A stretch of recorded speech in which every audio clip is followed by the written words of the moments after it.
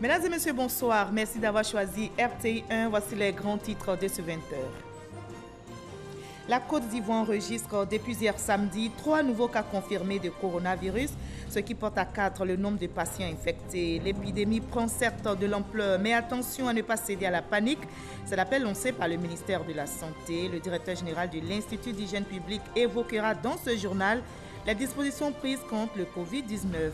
La Côte d'Ivoire engagée dans la bataille contre le nouveau coronavirus s'active également pour le bien-être des consommateurs. Le pays, à l'instar des autres nations, a célébré aujourd'hui la journée mondiale des consommateurs. Les associations se sont retrouvées pour faire le point des actions menées par le gouvernement en leur faveur.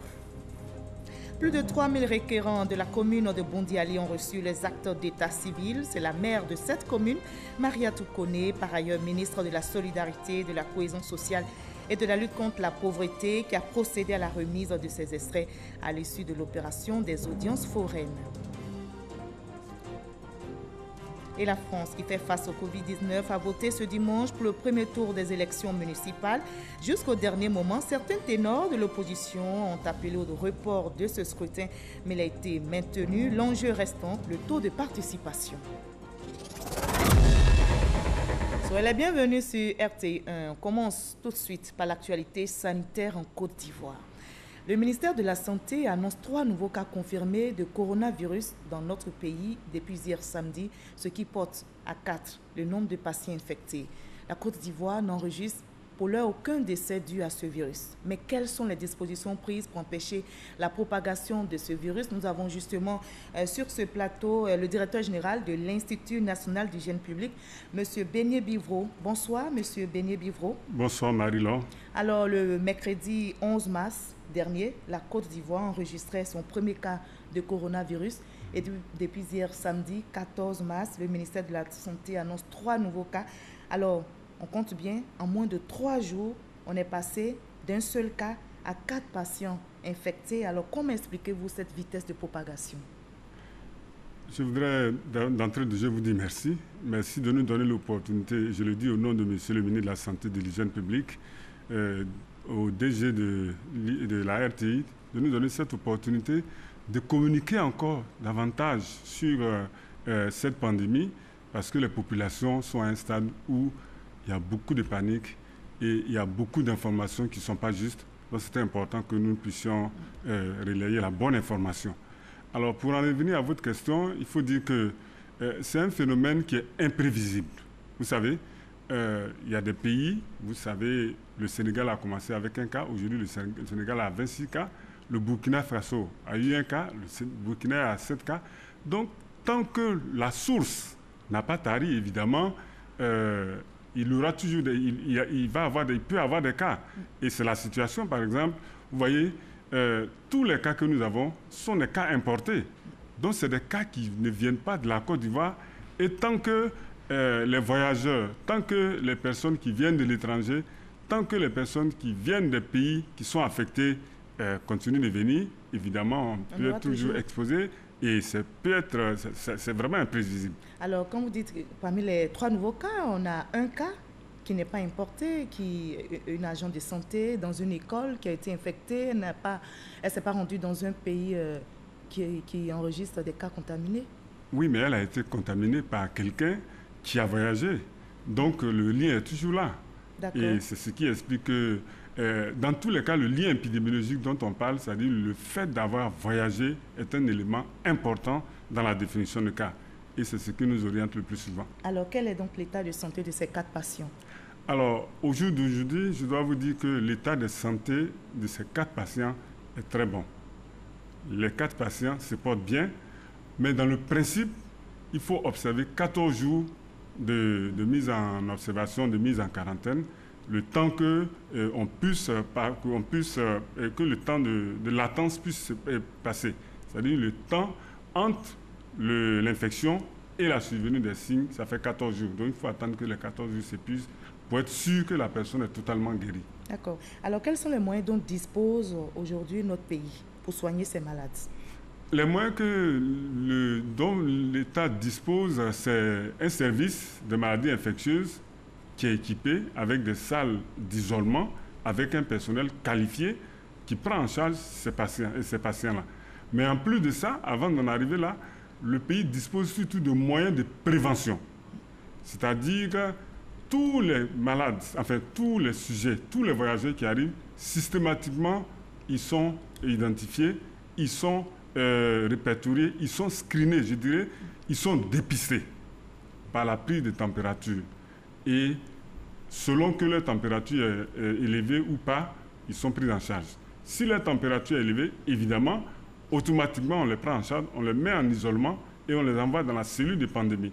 Le temps de leur faire un examen et surtout de leur faire le prélèvement et de faire analyser le prélèvement à l'Institut Pasteur de Côte d'Ivoire.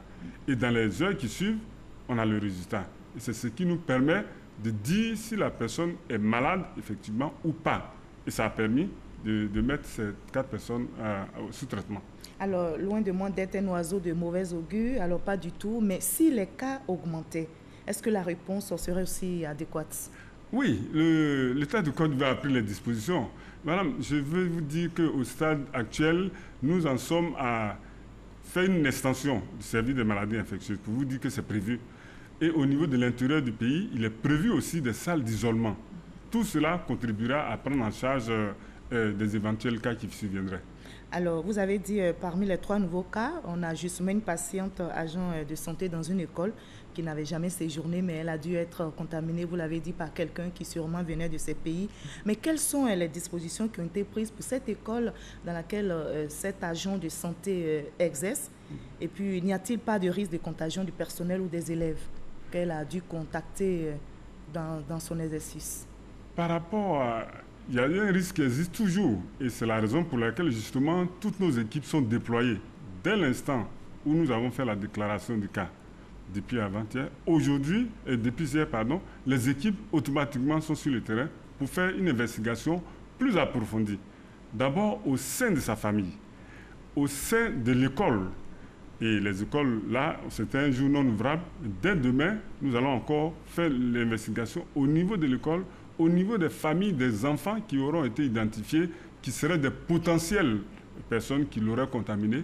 Et je pense qu'une fois qu'on aura identifié ces personnes, c'est dans le but de rompre la chaîne de transmission.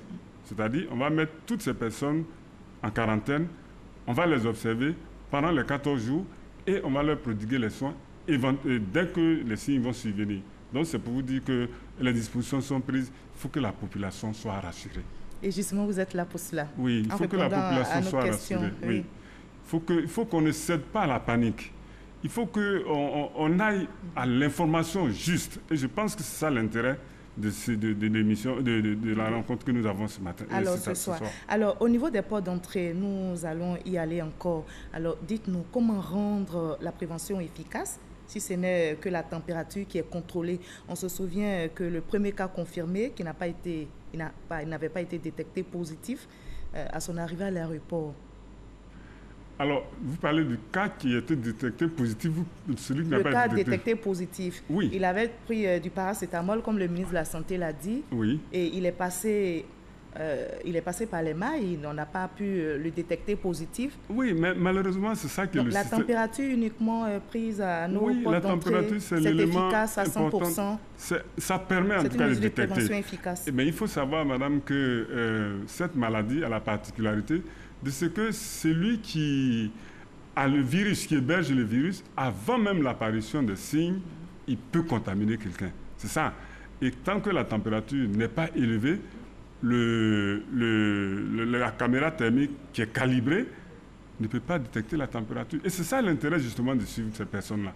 Alors, tous ceux qui viennent, et figurez-vous que nous avons autour de 700 à 800 personnes qui viennent par jour. Et nous screenons toutes ces personnes. Aujourd'hui, l'avion qui a transporté le premier cas, je peux vous dire que nous suivons toutes ces personnes. On a un taux de suivi qui est très élevé. Et aujourd'hui, nous savons où se trouvent ces différentes personnes. Et tous les passagers donc sont tracés. Tous les passagers sont tracés. D'accord. Ouais. Alors, vous réitérez l'appel à la prévention, notamment ne pas se serrer les mains, se laver régulièrement les mains, tousser ou éternuer dans le creux des coudes. Dites-nous, est-ce que ces mesures sont-elles efficaces à 100% pour nous prémunir contre ce Covid-19? On ne peut pas dire que ces mesures sont efficaces à 100%, mais ces mesures sont efficaces à pratiquement 99% parce que c'est des mesures qui ont fait leur preuve. Avec Ebola ou bien avec les autres maladies infectieuses, le lavage des mains a permis de réduire de façon drastique la prévalence de ces maladies. Et on a vu aussi avec les autres maladies, et avec la tuberculose, ça a fait ses preuves, par exemple, qu'il y a une maladie respiratoire aussi, ça a fait ses preuves. Donc, que ce soit avec la grippe, c'est des mesures qui ont porté des fruits et il faut continuer à les utiliser. Et vous réitérez l'appel à ne pas céder à la panique. Les gens s'interrogent. Est-ce qu'il n'y a pas de foyer de contamination ici en Côte d'Ivoire?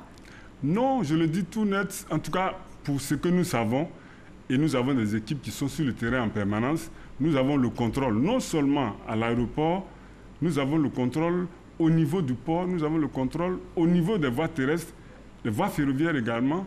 Nous pensons que nous avons un dispositif qui est fiable. La preuve, on a pu identifier les cas. Si le dispositif n'était pas efficace, parmi ceux qui sont venus, il y en a dont on a trouvé une température élevée et qu'on a fait isoler. Donc, ça veut dire que le système il est efficace.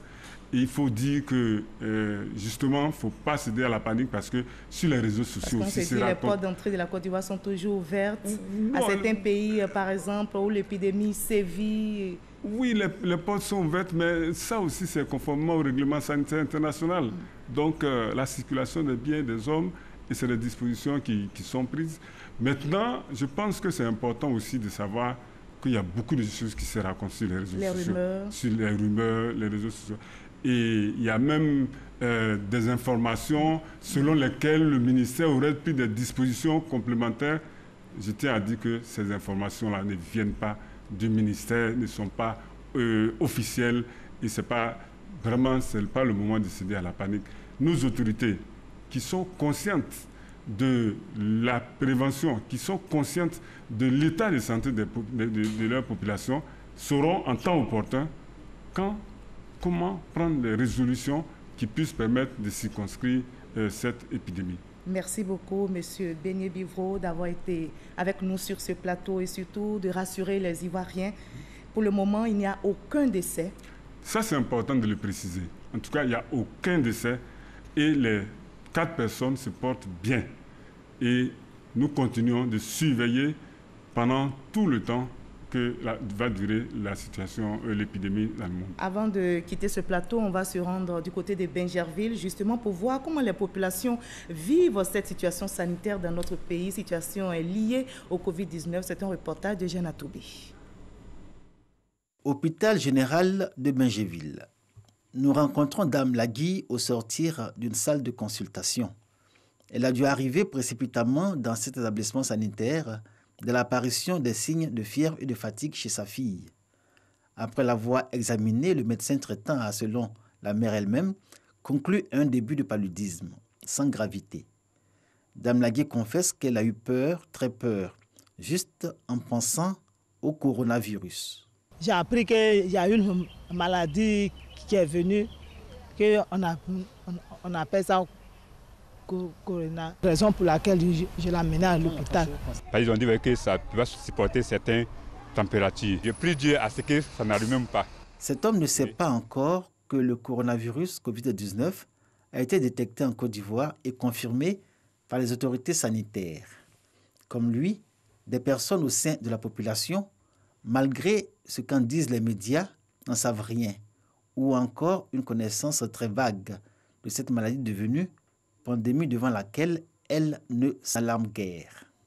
Et même si le coronavirus, objet de toutes les attentions depuis le mois de janvier, fait peur, les populations continuent quand même de vaquer tranquillement à leurs occupations, d'effectuer leurs échanges commerciaux, d'assurer leurs déplacements comme à leur habitude, même si elles s'en méfient.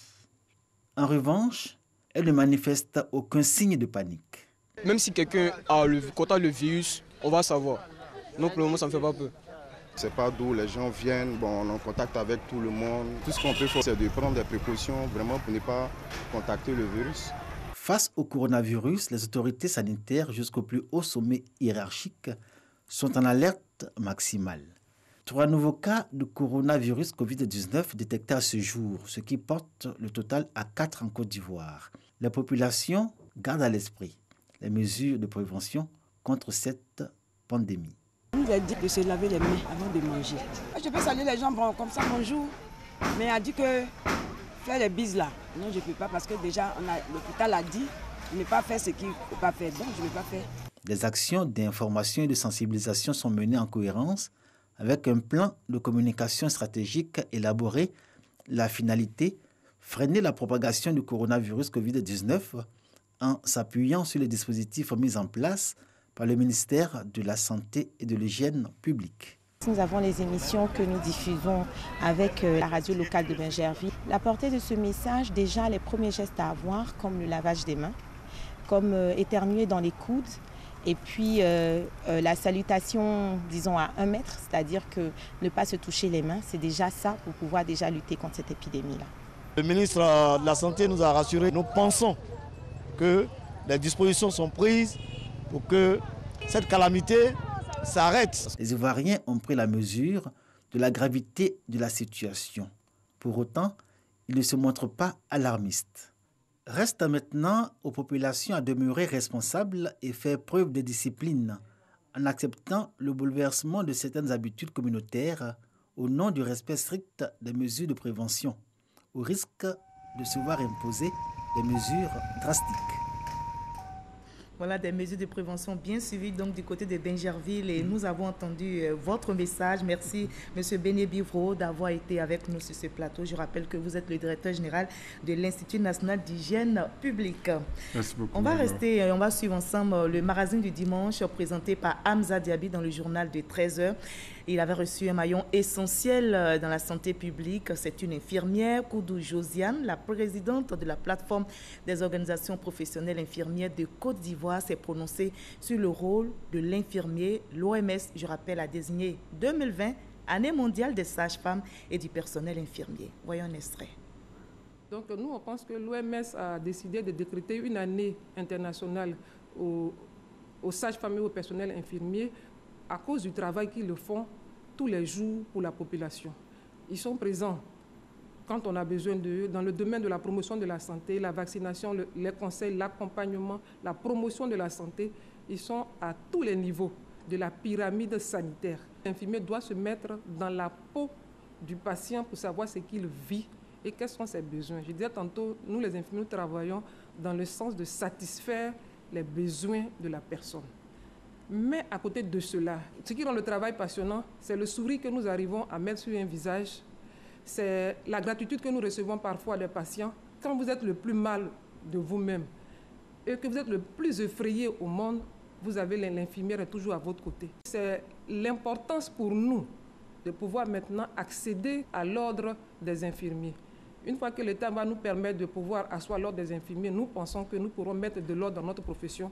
Nous allons jouer nous-mêmes le gendarme de la profession et nous allons veiller sur des pratiques de qualité.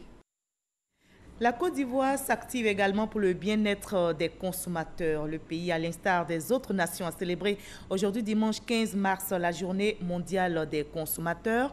Les associations de consommateurs se sont retrouvées pour faire le point des actions menées par le gouvernement ivoirien en leur faveur. Nadia Ega, Salimatoudia.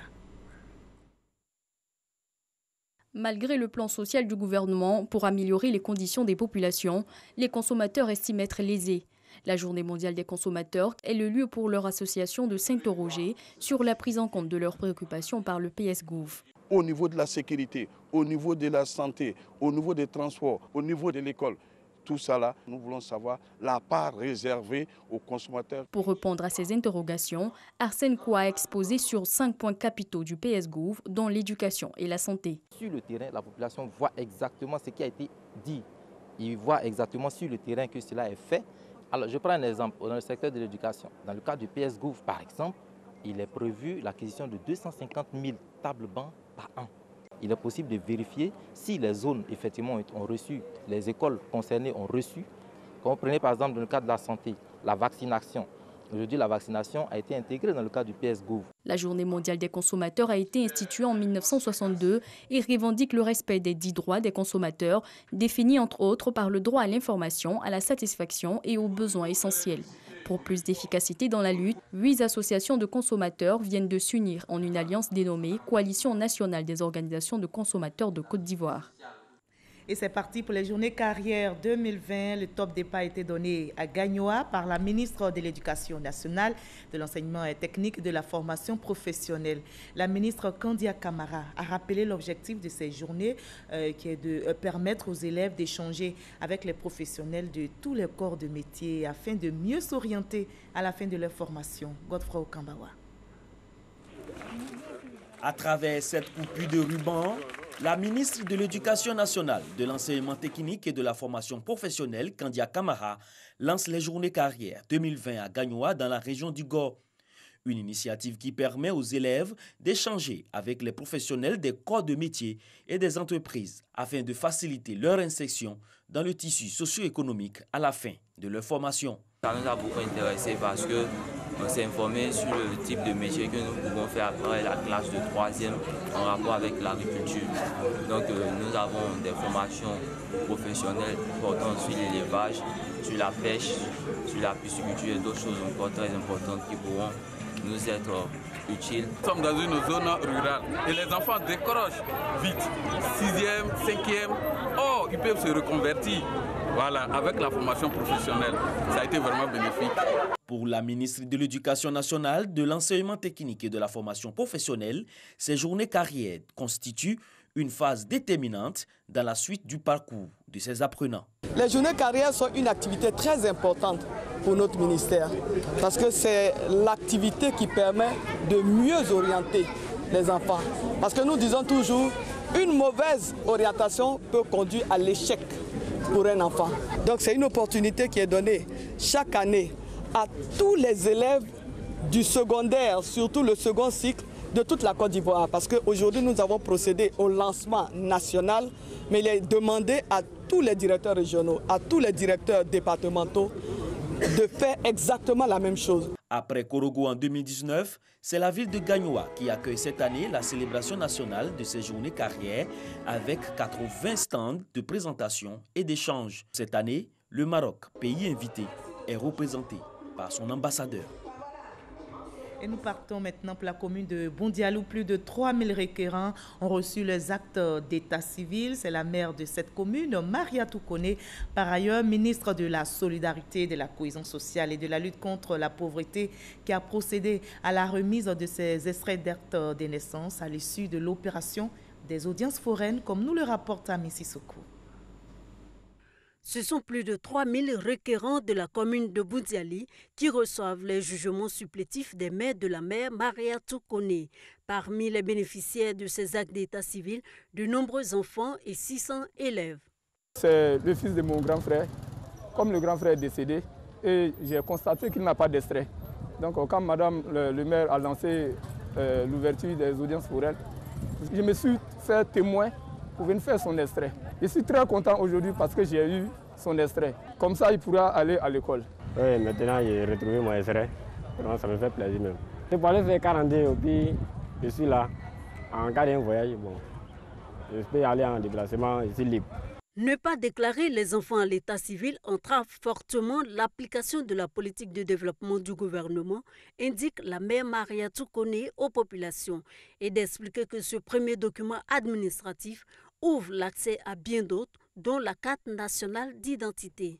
Nous avons proposé 3000 extraits de naissance, mais à ce jour, à la fin de l'opération, ce sont 3432 personnes qui vont effectivement recevoir leur extrait de naissance aujourd'hui. Chers parents, je voudrais que cette opération d'audience foraine soit l'occasion pour l'ensemble des populations de notre commune de prendre conscience de l'importance de la possession d'un acte de naissance. Je vous invite à en faire un élément de votre culture personnelle et à prendre l'engagement de ne plus faire de sans-papiers dans vos familles, dans vos villages, dans vos quartiers. démarré le 24 février dernier à Boundiali, l'opération des audiences foraines pour doter les sans-papiers d'extrait de naissance a pris fin le 5 mars. Elle a coûté plus de 15 millions de francs CFA à la municipalité de Boundiali, l'initiatrice du projet. La Maraoué attend le Premier ministre Amadou Gon Coulibaly. Cette région va accueillir dans quelques jours le Premier ministre ivoirien qui va donc se rendre sur place pour toucher du doigt les difficultés des populations et y apporter des solutions, comme nous l'explique Léon Brou. Duafla, deux localités en une dans le département de Zouenoula, région de la Maraoué. Tout d'un village moderne avec une école, ses constructions et enfin l'électricité. L'électricité, ça précède le développement. Donc beaucoup de choses vont se faire. Les petits métiers, donc nous avons voulu fêter l'événement pour pouvoir dire au gouvernement merci. Par fortuite, la reconnaissance de Duafla au chef de l'État, son raccordement au réseau électrique national, une retombée du programme social du gouvernement, 20 ans après la mise en place des installations. Dans la sous-préfecture de Kanzra, 15 sur les 19 villages sont ainsi électrifiés, dont 12 par l'actuel gouvernement. Lorsque le président Alassane Ouattara a pris le pouvoir, le nombre de villages électrifiés dans notre région, c'était 20%. Aujourd'hui, nous sommes en mars 2020 et nous sommes à près de 80% de taux d'électrification. Après l'électricité, Kapa sur le centre de santé, premier projet du Grand Bouinou, fusion de Duafla et Zudio pour un développement commun. Le secrétaire d'État procède à la pose de la première pierre de l'infrastructure et fait don de 3 tonnes de ciment pour aider à sa réalisation. Zoro Bibalo annonce la visite de travail du Premier ministre Amadou Gon Coulibaly pour booster le développement de la Maraoué. Apprêtez-vous, le Premier ministre vient chez nous et il va venir donner un coup d'accélérateur à nos différents chantiers. Il va venir nous apporter le développement. Entre autres attentes de la Maraoué, exprimées par les populations du Grand Bouinou, l'eau potable, le renforcement du réseau routier.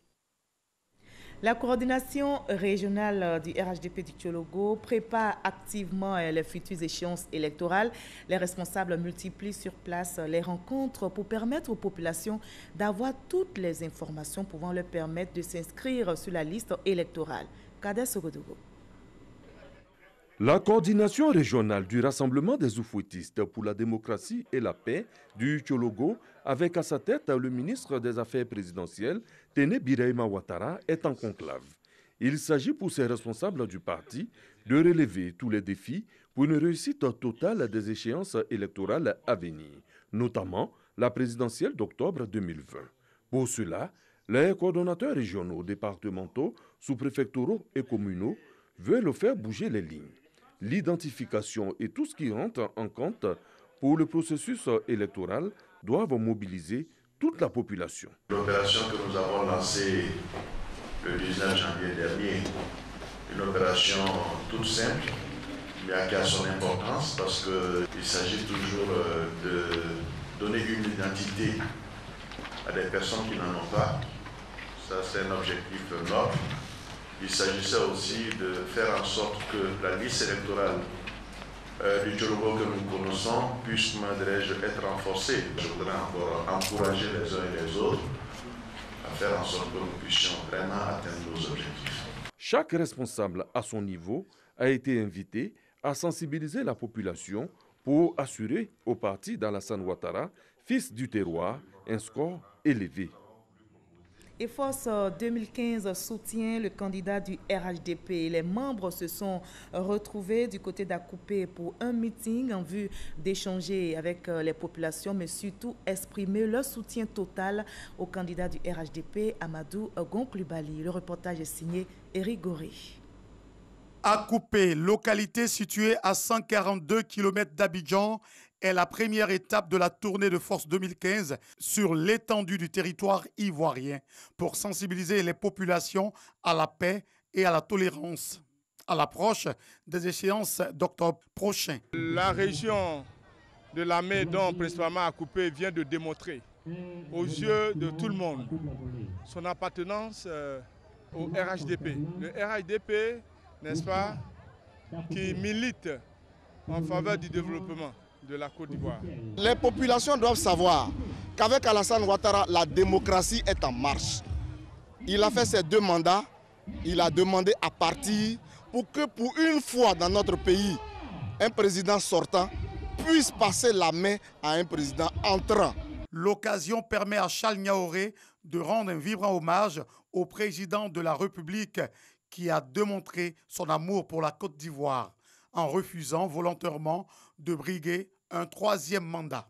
C'est une première dans l'histoire politique de notre nation, celle de voir un chef d'État dire de lui-même qu'il renonce à briguer notre mandat et qui donc décide de quitter la tête de notre État.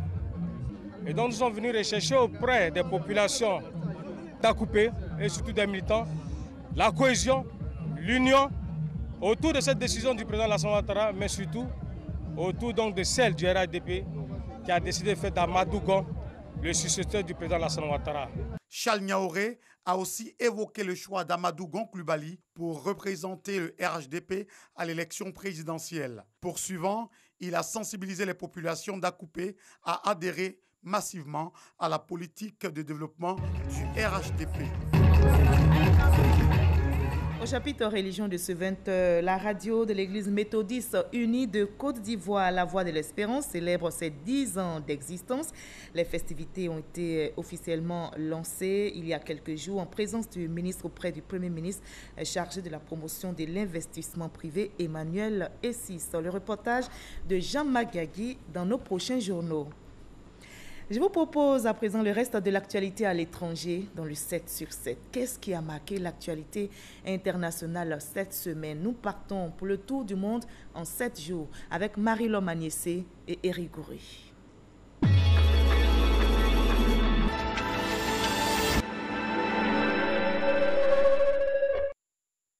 Les États-Unis ont annoncé avoir entamé le retrait partiel des troupes américaines prévues par l'accord signé avec les talibans le 29 février à Doha pour réduire leur effectif de 13 000 à 8 600 militaires dans les 135 jours. Le président russe a annoncé mardi qu'il pourrait se présenter à un nouveau mandat présidentiel si la Cour constitutionnelle russe conclut officiellement qu'un tel amendement n'est pas contraire à la loi fondamentale et seulement si les citoyens soutiennent un tel amendement lors du vote national du 22 avril. La justice algérienne condamne Karim Tabou à 1 an de prison, dont 6 mois fermes et 50 000 dinars d'amende. Peine prononcée au tribunal Sidi Mohamed d'Alger. Karim Tabou était poursuivi pour atteinte à l'intégrité du territoire national. Il sortira de prison le 26 mars prochain. En Guinée, le double scrutin controversé couplant législative et référendum constitutionnel aura lieu le 22 mars prochain. D'ici là, la Commission électorale nationale indépendante, CENI, doit mettre en œuvre la recommandation de la CEDEAO qui préconise de retirer près de 2 500 000 électeurs dont les pièces justificatives n'ont pas été sauvegardées dans le fichier électoral, soit près d'un tiers des fichiers. Au Pakistan, une nouvelle loi a été adoptée contre la maltraitance des enfants. Son nom, la loi Zainab, du nom d'une fillette de 7 ans violée et tuée en 2018, dont l'histoire avait soulevé l'indignation et la colère de la population. Cette loi est une première dans le pays où plus de 10 enfants sont chaque jour victimes d'abus sexuels. La ressortissante canadienne Edith Blaise et son amie italienne Luca Tacheto, enlevés par des présumés djihadistes en décembre 2018 au Burkina Faso, sont désormais libres. Ils ont été retrouvés vendredi 13 mars par les casques bleus de la mission de l'ONU au Mali, MINUSMA. Nouvelle étape franchie dans la lutte contre le nouveau coronavirus en France. La phase 3 a été déclenchée par les autorités. Tous les restaurants, bars, discothèques, cinémas sont appelés à fermer leurs portes, a précisé Édouard Philippe. En dépit de la crise sanitaire, les Français sont allés aux urnes pour choisir leurs différents maires.